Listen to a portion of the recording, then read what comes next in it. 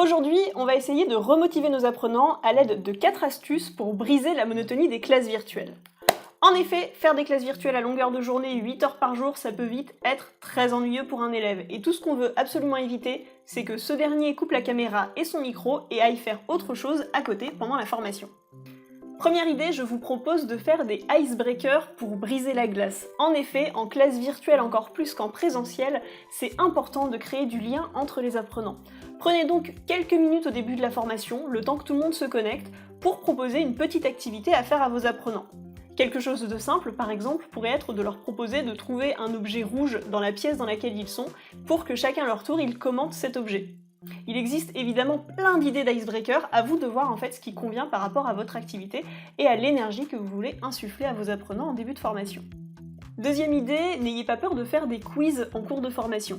Il existe énormément d'outils pour animer les classes virtuelles et les quiz, que ce soit en synchrone ou en asynchrone, sont un excellent moyen de remotiver les apprenants. Au-delà de valider si l'apprenant a bien compris ou pas compris une notion, c'est aussi un outil pour lancer le débat et vous permettre d'affiner votre classe virtuelle et donc être au plus proche des besoins des apprenants, puisque vous allez justement pouvoir vous concentrer sur les éléments qui n'ont pas été compris par les élèves et passer peut-être plus de temps sur ces parties-là. Troisième idée pour remotiver les apprenants, et si on faisait des travaux en groupe. Dans une classe virtuelle, redécoupez la classe en sous-groupes de 3-4 personnes, où vous allez pouvoir les faire travailler sur une thématique précise qui va en fait justement les forcer à travailler entre eux, à discuter et à sociabiliser. Du côté de l'apprenant, c'est beaucoup plus motivant et puis en général c'est l'occasion de travailler sur un cas pratique, donc de quitter un petit peu la théorie pour faire travailler ses méninges. Et enfin, dernière idée, j'ai envie de vous proposer quelque chose de fou, et si vous réduisiez le temps de vos classes virtuelles.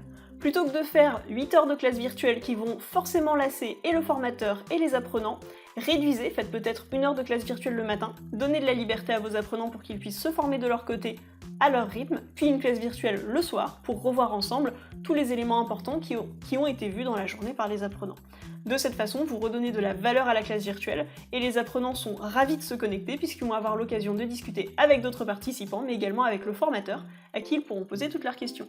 J'espère que ces idées vous ont inspiré, n'hésitez pas à vous référer à la page d'aide de Digiformat qui regorge de vidéos sur le thème du e-learning, et bien sûr je vous dis à la semaine prochaine.